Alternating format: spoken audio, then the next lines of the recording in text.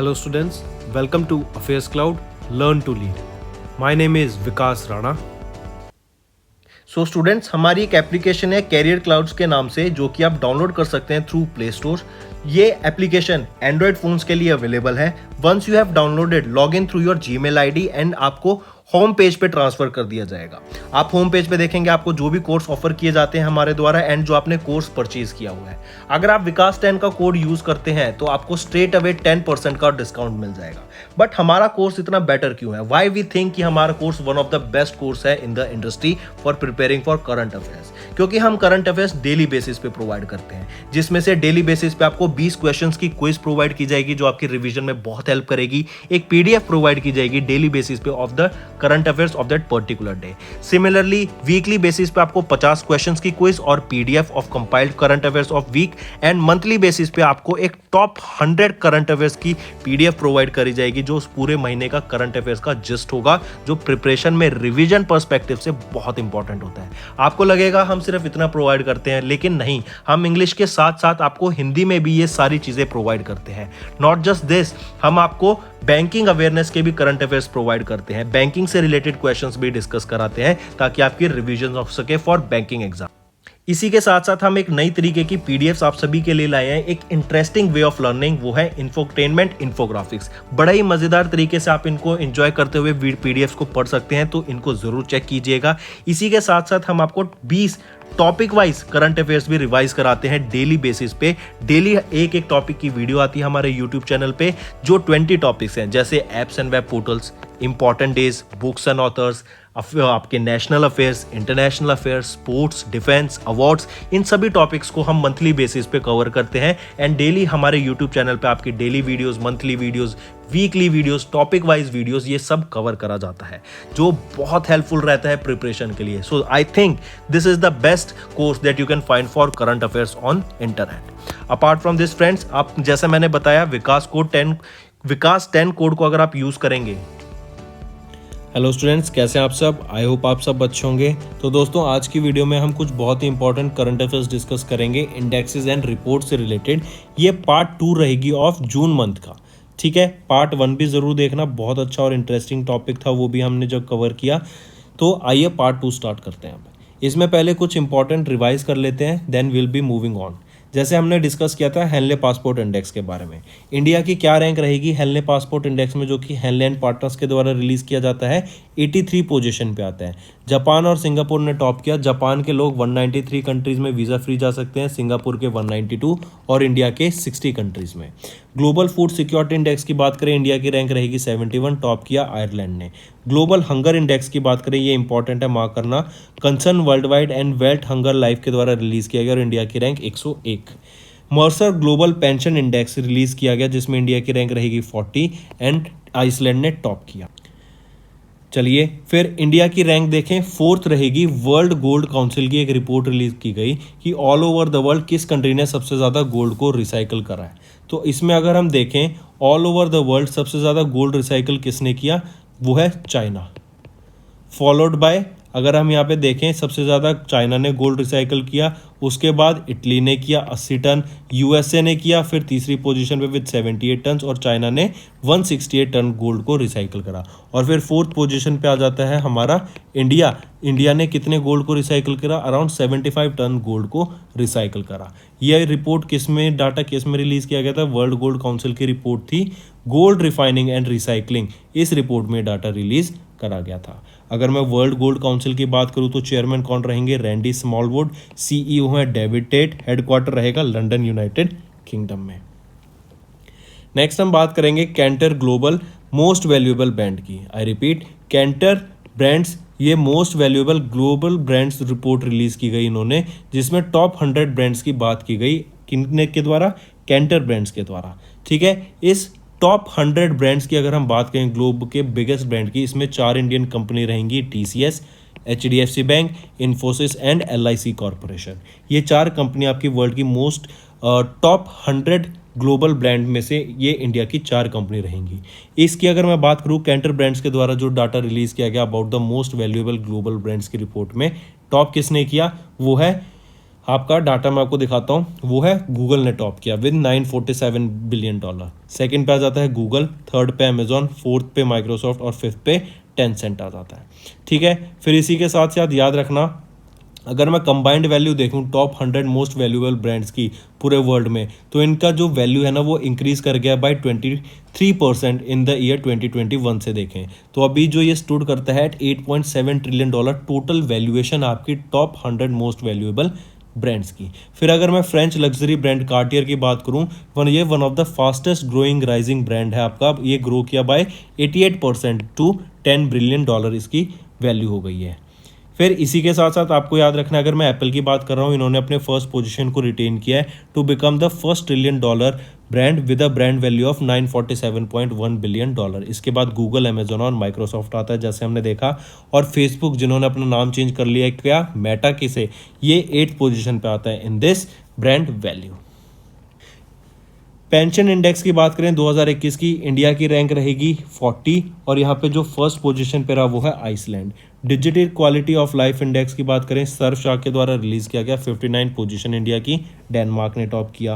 Global innovation index की बात करें तो वीपो वर्ल्ड इंटेलेक्चुअल प्रॉपर्टी ऑर्गेनाइजेशन के द्वारा रिलीज किया गया था, टॉप किया स्विट्जरलैंड ने और इंडिया की रैंक 46। ह्यूमन डेवलपमेंट इंडेक्स की बात करें 2020 का डाटा है, ये यूएनडीपी के द्वारा रिलीज किया गया, 131 इंडिया की रैंक, नॉर्वे ने टॉप किया। ग्लोबल पीस इंडेक्स 2021 की institute of economics and peace के द्वारा रिलीज किया गया था और इंडिया की रैंक 135, आइसलैंड ने टॉप किया। ग्लोबल क्लाइमेट रिस्क इंडेक्स की बात करें जर्मन वॉच ईवी के द्वारा रिलीज किया गया, 7th पोजीशन इंडिया की और टॉप किया मोजाम्बिक ने। चलिए नेक्स्ट पे आते हैं। नेक्स्ट हम बात करेंगे ब्लूमबर्ग्स एनईफी के द्वारा एक रिपोर्ट रिलीज की गई रिसेंटली जिसका नाम है financing India's 2030 renewables ambition. India का प्लान था कि हम 2030 तक 500 गीगावाट ऑफ रिन्यूएबल एनर्जी को जनरेट करेंगे, ये टारगेट था इंडिया का। इसके लिए अब रिपोर्ट रिलीज की गई ब्लूमबर्ग्स एनईफी के द्वारा कि अगर इंडिया को ये target 500 gigawatt of renewable energy को जनरेट करना है, जिसमें आपकी wind energy, solar energy, non fossil fuel energy जिसमें बायोगैस आ जाएंगी, अगर ऐसी एनर्जी को जनरेट करना है, नॉन रिन्यूएबल एनर्जी और रिन्यूएबल सोर्स ऑफ एनर्जी को, जो भी 500 गीगावाट का टारगेट लिया है, तो इसके लिए इंडिया को इन्वेस्ट करने पड़ेंगे around 223 billion dollar. I repeat, अगर इंडिया को अपना टारगेट अचीव करना है तो इंडिया को 223 बिलियन डॉलर की इन्वेस्टमेंट करनी पड़ेगी in their renewable energy sector. फिर इंडिया ने बोला कि हम 2030 तक जो 50% ऑफ इंडिया की इलेक्ट्रिसिटी डिमांड होगी ना, उसको रिन्यूएबल एनर्जी से पूरा करेंगे। ठीक है, चलिए फिर अगर हम बात करें एक और डाटा की, वो भी आपकी रिन्यूएबल एनर्जी से रिलेटेड है कि अगर इंडिया रिन्यूएबल एनर्जी पे वर्क करता है 2025 तक, तो इंडिया 1.5 करोड़ तक नई जॉब्स को जनरेट कर सकता है। ठीक है, as per the group of 7 leader summit we mean business coalition and Cambridge Econometrics के द्वारा रिलीज किया गई एक नई रिपोर्ट जो है creating jobs and cutting bills the economic opportunities of a clean energy transition.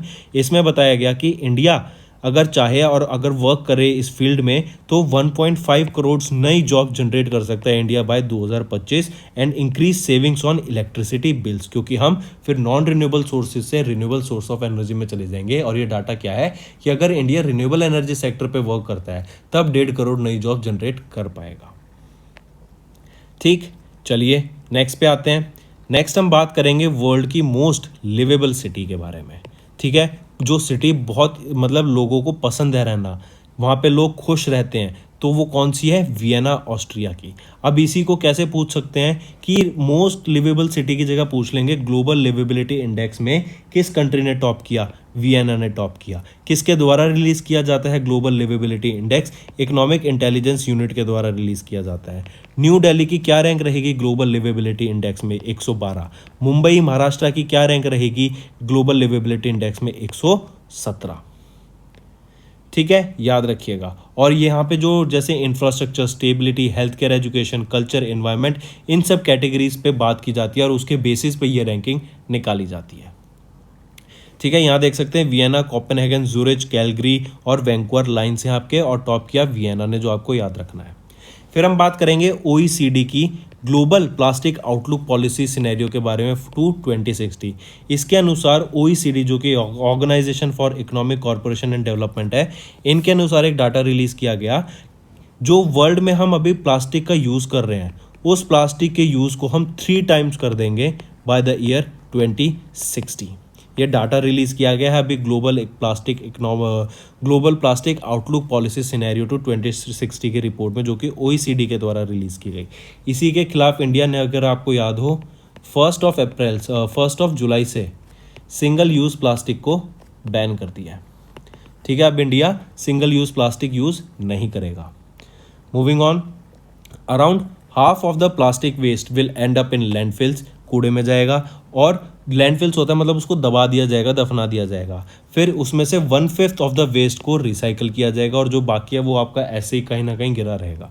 The report provides a set of current projections on plastic to 2060 which includes plastic use and waste and the impact of plastic on the environment. और हमारा जो plastic का environment पे देखो बहुत effect पड़ता है। जैसे अगर हम एक्वेटिक लाइफ देखें तो वो क्या है, प्लास्टिक कभी डिग्रेड तो होगा नहीं, तो वो आपका हमेशा का हमेशा रहेगा। आप उसको जैसे आज बना के छोड़ देंगे तो 10 साल बाद भी प्लास्टिक वैसा का वैसा ही दिखेगा, 20 साल भी वैसे के बाद, और 100 साल बाद भी आपका प्लास्टिक वैसे का वैसा ही दिखेगा, क्योंकि वो एक नॉन नेचुरल तरीके से तो वो डिग्रेड हो ही नहीं सकता वो मटेरियल। इसी वजह से, क्योंकि हम क्या है कि उसको बनाते रहेंगे और वो एग्जिस्ट करता रहेगा हमारे साथ। आप इसको ऐसे समझ सकते हैं, अगर इंडिया की पॉपुलेशन बढ़ती रहे, कोई व्यक्ति की डेथ ही ना हो और सिर्फ पॉपुलेशन बढ़े जा रही है, तो आप समझ सकते हैं कितना ज़्यादा एक इम्पैक्ट पड़ सकता है ग्लोबली। चलिए नेक्स्ट पे आते हैं। नेक्स्ट हम बात करेंगे परफॉर्मेंस ग्रेडिंग इंडेक्स की। अभी recently performance grading index release किया गया जो कि डिस्ट्रिक्ट्स के लिए था।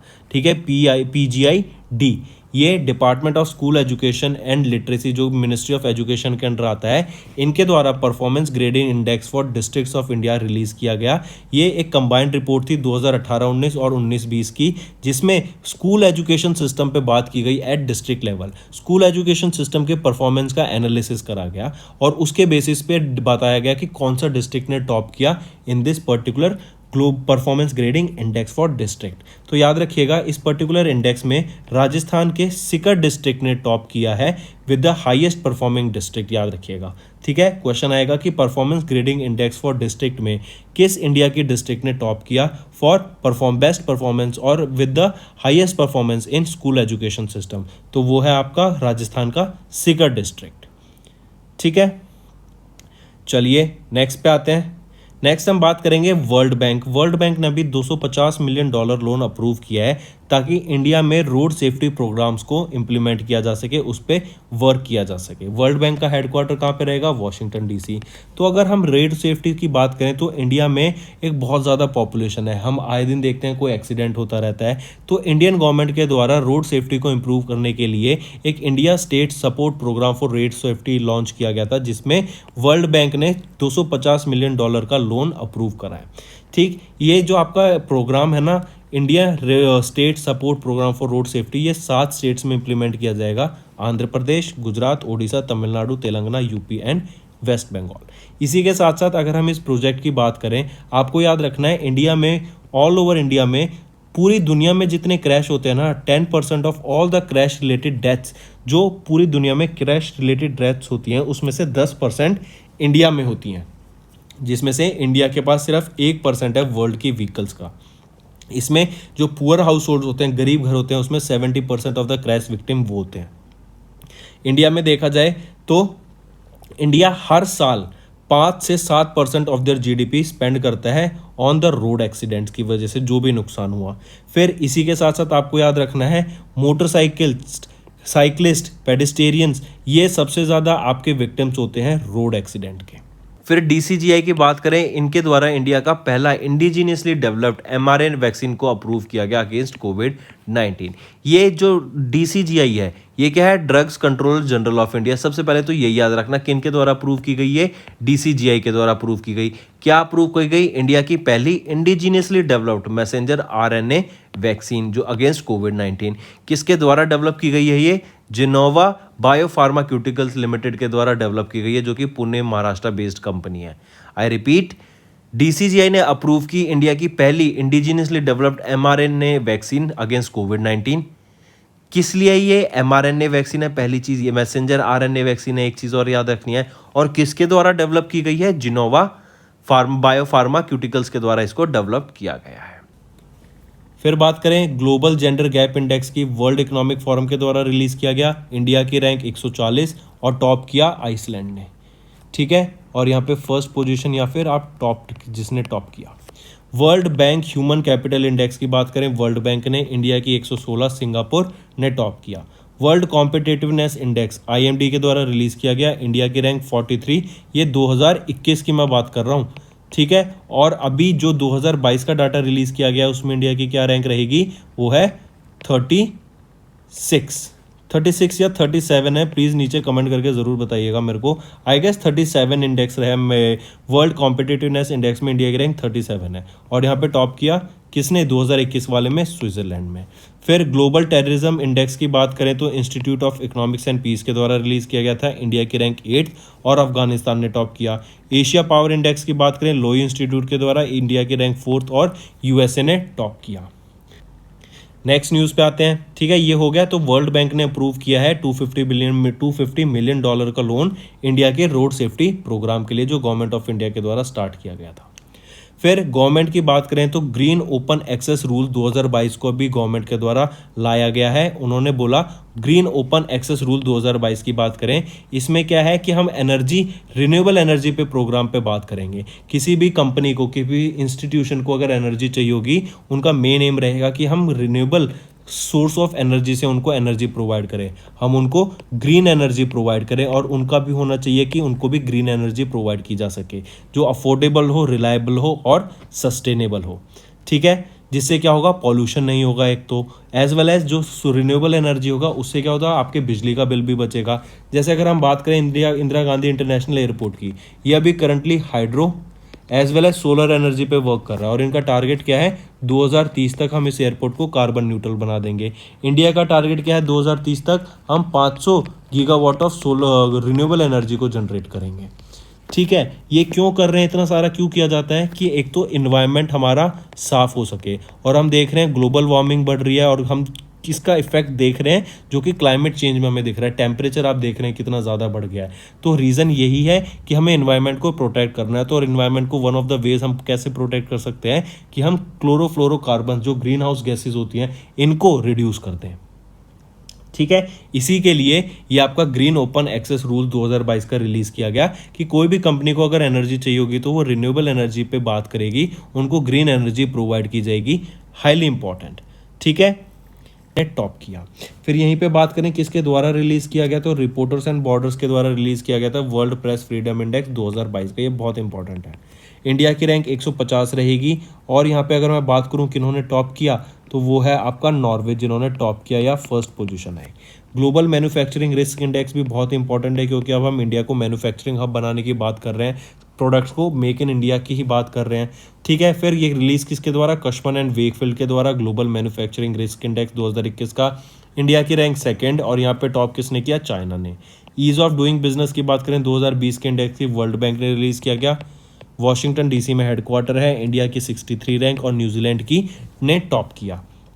इकोनॉमिक फ्रीडम इंडेक्स की बात करें तो हेरिटेज फाउंडेशन के द्वारा रिलीज़ किया गया, इंडिया की रैंक रहेगी 121 और सिंगापुर ने यहाँ पे टॉप किया। ग्लोबल स्टार्टअप इकोसिस्टम की बात करें तो स्टार्टअप ब्लिंक ने इसको रिलीज़ किया था, इंडिया की रैंक रहेगी 20 और इसको टॉप किया यूनाइटेड स्टेट्स ऑफ अमेरिका ने। अभी ministry of statistics and programme implementation के द्वारा एक रिपोर्ट रिलीज की गई जिसका नाम था यूथ इन इंडिया 2022। इस रिपोर्ट के अनुसार जो एल्डरली पॉपुलेशन है ना, उनकी पॉपुलेशन बढ़ती जाएगी by 2036 and it will reach to 14.9% in 2036, और जो हमारी यूथ पॉपुलेशन है वो डिक्लाइन हो जाएगी एट 22.7% इन 2036। ठीक है, फिर इसी के साथ साथ आपको याद रखनी है, एक तो किस रिपोर्ट में ये नाम आया, किस मिनिस्ट्री ने ये रिपोर्ट रिलीज की गई, एंड इंडिया की एल्डरली पॉपुलेशन 14.9% तक हो जाएगी और जो बढ़ जाएगी, एंड जो हमारी यूथ पॉपुलेशन है वो डिक्लाइन कर जाएगी टू 22.7% इन 2036। ये एक्सपेक्टेड डाटा है। फिर इसी के साथ साथ आपको याद रखना, जो मोर पॉपुलर स्टेट्स हैं जैसे बिहार एंड यूपी, ये एक्सपीरियंस करेंगे rise in proportion of youth population to total population till 2021। मतलब 2021 तक जो उतनी आपकी यूथ की पॉपुलेशन बढ़नी थी वो ग्रोथ कर चुकी है। अब यहाँ से हम आगे डिक्लाइन देखेंगे इन द यूथ पॉपुलेशन। अगर पॉपुलेशन से ही बात करें तो आपने याद होगा हमने बात की थी कि इंडिया चाइना को सरपास करेगा to become the world's most populous country by the year 2023। फिर केरला, तमिलनाडु, हिमाचल प्रदेश, ये वो स्टेट्स हैं जहाँ पे हमें हायर एल्डरली पॉपुलेशन देखने को मिलेगी बाय 2036। चलिए नेक्स्ट पे आते हैं। नेक्स्ट हम बात करेंगे अनएम्प्लॉयमेंट का डाटा। अभी recently 4th edition of annual periodic labour force survey release किया गया, जिसकी 4th एनुअल रिपोर्ट थी। जुलाई 2020 से लेके जून 2021 तक की ये डाटा रिलीज किया जाता है। ये चौथा था, ठीक है। और इसके साथ साथ याद रखना किसके द्वारा रिलीज किया जाता है, एनएसओ, नेशनल स्टैटिस्टिकल ऑफिस के द्वारा ये डाटा रिलीज किया जाता है। इस डाटा में बताया गया कि जो अनएम्प्लॉयमेंट रेट था ना, वो गिर गया है बाय 0.6%। 2019-20 का डाटा देखें तो 4.8% था आपका अनएम्प्लॉयमेंट रेट, जो कि गिर के कितना हो गया 4.2% इन 2020-21। चलिए फिर अगर हम बात करें इसी के साथ साथ देखना, पहला जो periodic labour force survey release किया गया था वो कब था, जुलाई 2017-18 में, जुलाई 2017 से जून 2018 तक। सेकंड जो था जुलाई 2018 से जून 2019, और जो थर्ड था जुलाई 2019 से जून 2020 तक रिलीज किया गया। और अभी हाल ही में चौथा पीरियोडिक फोर्स सर्वे रिलीज किया गया है, जो कि जुलाई 2020 से लेके जून 2021 तक डाटा है, ठीक है। और इसी में आपका ये बताया गया कि जो अनएम्प्लॉयमेंट रेट है वो 4.2% है, ना कि 4.8% जो कि 2019-20 में था। मतलब हमने ज़्यादा लोगों को एम्प्लॉयमेंट दी है एज कम्पेयर टू 2019-20 इन 2020-21। चलिए नेक्स्ट पे आते हैं। नेक्स्ट हम बात करेंगे स्टार्टअप इकोसिस्टम की। एक global startup ecosystem index release किया गया स्टार्टअप ब्लिंक के द्वारा। इजराइल बेस्ड ये कंपनी है, इनके द्वारा डाटा रिलीज किया गया और बताया गया कि अगर मैं इंडिया की बात करूं तो स्टार्टअप के लिए सबसे बेस्ट इकोसिस्टम कहाँ पे मिलेगा, बेंगलोर में मिलेगा। और अगर मैं वर्ल्ड में ही बात करूं तो बेंगलोर कौन सी पोजीशन पे आ जाता है, 8th पोजीशन पे आ जाता है globally for the global startup ecosystem, ठीक है। ये ग्लोबल स्टार्टअप इकोसिस्टम रिलीज किसके द्वारा, स्टार्टअप ब्लिंक के द्वारा करा गया था, ठीक। फिर इसी में याद रखना न्यू दिल्ली 13th पोजीशन पे, मुंबई 17th पोजीशन पे, पुणे 19th पोजीशन पे, हैदराबाद 97th पोजीशन पे। और हैदराबाद में ही टी हब 2.0 भी रिलीज किया गया था, टेक्नोलॉजी हब 2.0, ताकि स्टार्टअप इकोसिस्टम को बूस्ट मिल सके। और यहाँ पे बेंगलोर की क्या रैंक रहेगी, ग्लोबली 8th पोजीशन पे, ठीक है। फिर यहीं पे अगर इस डाटा की मैं बात करूं तो याद रखना India is among the top 20 startup ecosystems globally, और इंडिया की रैंक आती है 19th in the country wise ranking for 2022। I repeat, India is among the top 20 startup ecosystems globally and it has been rank 19th in the country wise ranking for 2022। इसी के साथ साथ आप देख सकते हैं किसने टॉप किया यहाँ पे कंट्री वाइज डाटा में, तो सैन फ्रांसिस्को बे ने टॉप किया जो कि यूएसए का है। सेकंड पोजीशन पे न्यूयॉर्क यूएसए, और थर्ड पोजीशन पे आ जाता है लंदन यूनाइटेड किंगडम ने टॉप किया। और अगर हम इंडिया की बात करें तो 8th पोजीशन पे बेंगलोर, दिल्ली की 13 पे, मुंबई 17 पे, पुणे 1990 पे, और हैदराबाद 97th पोजीशन पे रहेगा। अगर कंट्रीज वाइज की बात करें तो यूएसए ने टॉप किया, यूके सेकंड पे, इजराइल थर्ड पे, और 19th पोजीशन पे आ जाता है हमारा इंडिया। इसी के साथ साथ फ्रेंड्स याद रखना अभी उद्यमी भारत प्रोग्राम ये लॉन्च किया गया था। इसमें किस लिए लॉन्च किया था, लॉन्च करने के लिए schemes for MSME sector, MSME sectors में स्कीम्स लॉन्च करने के लिए उद्यमी भारत प्रोग्राम लॉन्च किया गया था, ठीक। फिर पीएम नरेंद्र मोदी जी के द्वारा एक फर्स्ट स्मार्ट कैंपस इसको इनॉग्रेट किया गया, कहाँ पर, बेंगलुरु में, कहाँ पर, बेंगलुरु में। फिर इसी के साथ साथ आपको ज़रा बताना है एंटरप्रेन्योरशिप को बूस्ट करने के लिए आईआईई गुवाहाटी एंड आईआईएम शिलोंग ने एक एग्रीमेंट साइन किया ताकि एंटरप्रेन्योरशिप को बढ़ाया जा सके। Digital India week, digital India week 2022 का कहाँ ऑब्जर्व किया गया, गांधीनगर में। फिर इसी के साथ साथ ज़रा बताओ हरियाली महोत्सव, हरियाली महोत्सव, ये हरियाली महोत्सव किस मिनिस्ट्री के द्वारा ऑब्जर्व किया गया था, as the name suggest Hariyali, it is related to greenery, तो मिनिस्ट्री ऑफ एनवायरनमेंट के द्वारा इसको लॉन्च किया गया। इंडिया का पहला right to health bill, right to health bill किसके द्वारा लॉन्च किया गया?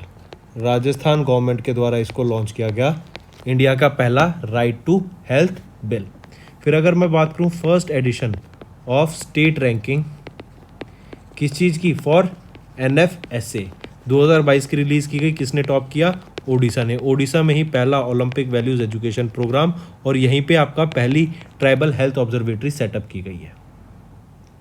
इसी के साथ साथ अगर पूछा जाए एशिया पैसिफिक सस्टेनेबिलिटी इंडेक्स 2021 के में बेंगलुरु ने टॉप किया इंडिया में और 14th पोजीशन रहेगी इसकी इन एशिया पैसिफिक रीजन में। I repeat, Asia Pacific sustainability index की मैं बात करूं तो बेंगलोर ने टॉप किया इंडिया में और 14th रैंक रहेगी इसकी एशिया पैसिफिक रीजन में। फिर अगर मैं बात करूं Quacquarelli Symonds best student cities ranking की, आई रिपीट क्वाकरेली साइमन की बेस्ट स्टूडेंट सिटीज़ रैंकिंग, मतलब स्टूडेंट्स के लिए बेस्ट सिटी कौन सी है? वो रहेगी लंदन। ये बेस्ट सिटी है फॉर स्टूडेंट्स। और अगर मैं इंडिया की बात करूं, ये तो है वर्ल्ड में लंदन ने टॉप किया, और इंडिया की बात करूं स्टूडेंट्स के लिए बेस्ट सिटी कौन सी है? वो है मुंबई। ठीक है। फिर वर्ल्ड बैंक के द्वारा अभी $1 बिलियन का सपोर्ट प्रोवाइड किया गया इंडिया के हेल्थ केयर सेक्टर को। इंडिया के हेल्थ केयर सेक्टर को $1 बिलियन का सपोर्ट प्रोवाइड किया गया है। इसी के साथ साथ आपको याद रखना है जीएसटी कलेक्शन। इंडिया में जीएसटी कलेक्शन बढ़ गया फॉर जून मंथ। जो कलेक्शन हुआ है फॉर 2022 काफ़ी अच्छा हुआ है, वो है 1.44 लाख करोड़ रुपए का। नेक्स्ट अगर मैं बात करूं किनको रीअपॉइंट किया गया अटॉर्नी जनरल ऑफ इंडिया 3 साल के लिए, वो है के वेणुगोपाल सर को रीअपॉइंट किया गया as attorney general of India for 3 months. Chief minister कौन बने हैं महाराष्ट्र के? एकनाथ शिंदे। देन वो पहली ब्लैक वीमेन कौन है ऑन यूएस सुप्रीम कोर्ट? वो है केतांजी ब्राउन जैक्सन। ये पहली ब्लैक वीमेन स्वॉन इन की गई as the US Supreme Court. फिर अगर मैं बात करूं 14th prime minister of Israel कौन बने? ये काफ़ी इंपॉर्टेंट रहेगा, ये है यार लेपिड। क्यों इंपॉर्टेंट है यार लेपिड? बिकॉज इनसे पहले थी कौन? Naftali Bennett. उन्होंने अपनी पोजीशन से रिजाइन कर दिया। और एक और क्वेश्चन बन सकता है कि शॉर्टेस्ट सर्विंग प्राइम मिनिस्टर कौन है इजराइल की? वो है Naftali Bennett. Moving on, next पे आते हैं। नेक्स्ट अगर मैं पूछूं आपको CII का क्वालिटी रत्ना अवार्ड से किसको सम्मानित किया गया? अशोक सूटा जी को। CII का क्वालिटी रत्ना अवार्ड से सम्मानित किया गया 2021 के किनको? अशोक सूटा जी को। फिर फेमिना मिस इंडिया वर्ल्ड की बात करें, वो कर्नाटका से बनी है। कौन है वो? शिनी सेठी। ठीक है। फिर इसी के साथ साथ आपको याद रखना है 4th सिनर्जी कॉन्फ्रेंस हुई थी between Indian army and defence accounts department of new Delhi. I repeat 4th synergy conference हुई थी between Indian army and defence account department of new Delhi. NASA के द्वारा एक मिशन लॉन्च किया गया जिसका नाम है कैपस्टोन। ये कहाँ पे जाके लैंड किया? मून पे इसको लैंड किया जाएगा, ये याद रखना। नेक्स्ट अगर मैं बात करूं F1 ब्रिटिश ग्रैंड प्रिक्स 2022 को जीतने वाले व्यक्ति कौन बने? कार्लोस सेंस वो F1 ब्रिटिश ग्रैंड प्रिक्स 2022 को जीतने वाले पहले नहीं कह सकते, F1 ब्रिटिश ग्रैंड प्रिक्स 2022 को जीतने वाले व्यक्ति कौन है? Carlos sense. ठीक है, याद रखिएगा। फिर अगर मैं बात करूं national CA day, chartered accountant day कब ऑब्जर्व किया जाता है? 1 जुलाई को। और याद रखना ये 74 चार्टर्ड अकाउंटेंट डे है, इसलिए मैं आपको याद दिलाना चाह रहा हूँ। ठीक है। और चार्टर्ड अकाउंटेंट से ही याद रखिएगा GST डे कब ऑब्जर्व किया जाता है? ये भी पहले 1 ही जुलाई को। तो नेशनल CA और GST दोनों आपके 1 जुलाई को ऑब्जर्व किए जाते हैं। अगर मैं बात करूं नेशनल स्टैटिस्टिक्स डे की, ये किन की मेमोरी में? PC महालोबोनिस की मेमोरी में ऑब्जर्व किया जाता है और इन्हीं को फादर ऑफ इंडियन स्टैटिस्टिक्स बोला जाता है। That's all for the day friends. ये हमारी वीडियो थी। आई होप आपको वीडियो पसंद आई होगी। इसी के साथ साथ फ्रेंड्स आप हमारे यूट्यूब चैनल को सब्सक्राइब कर सकते हैं। आप टेलीग्राम चैनल पे जाके हमें फॉलो कर सकते हैं। एंड इसी के साथ साथ अगर आपको कोई भी प्रॉब्लम आ रही है या तो पेमेंट में या हमारे कोर्सेज के साथ, तो आप हमें कांटेक्ट कर सकते हैं एट द नंबर 7677333862, या फिर आप हमारी मेल आईडी पे हमें मेल कर सकते हैं and I will make sure कि आपकी जो प्रॉब्लम है उसको जल्दी से जल्दी सॉल्व किया जाए। इसी के साथ साथ आप हमारे इंस्टाग्राम हैंडल affairscloud_official को फॉलो कर सकते हैं। कोड और याद रखना वो है विकास 10। अगर आपको 10% का एक्स्ट्रा डिस्काउंट चाहिए तो आप विकास 10 का कोड यूज कर सकते हैं, आपको क्रैक 10 के अलावा 10% का डिस्काउंट यहां पे मिलेगा। और इसी के साथ साथ अगर आपको कोई भी इश्यू आ रहा है हमारी एप्लीकेशन से रिलेटेड, वेबसाइट से रिलेटेड, या आपका कोर्स परचेज नहीं हो रहा, या आपका कोर्स परचेज हो गया, पैसे कट गए हैं, या कोई भी इशू आ रहा है, तो आप हमें कांटेक्ट कर सकते हैं एट द नंबर 9677333862, या फिर आप मेल कर सकते हैं support@affairscloud.com पे। एंड आई मेक श्योर हमारा रिप्रेजेंटेटिव आपको जल्दी से जल्दी आपको रीच करेगा एंड आपकी प्रॉब्लम को सॉल्व करेगा।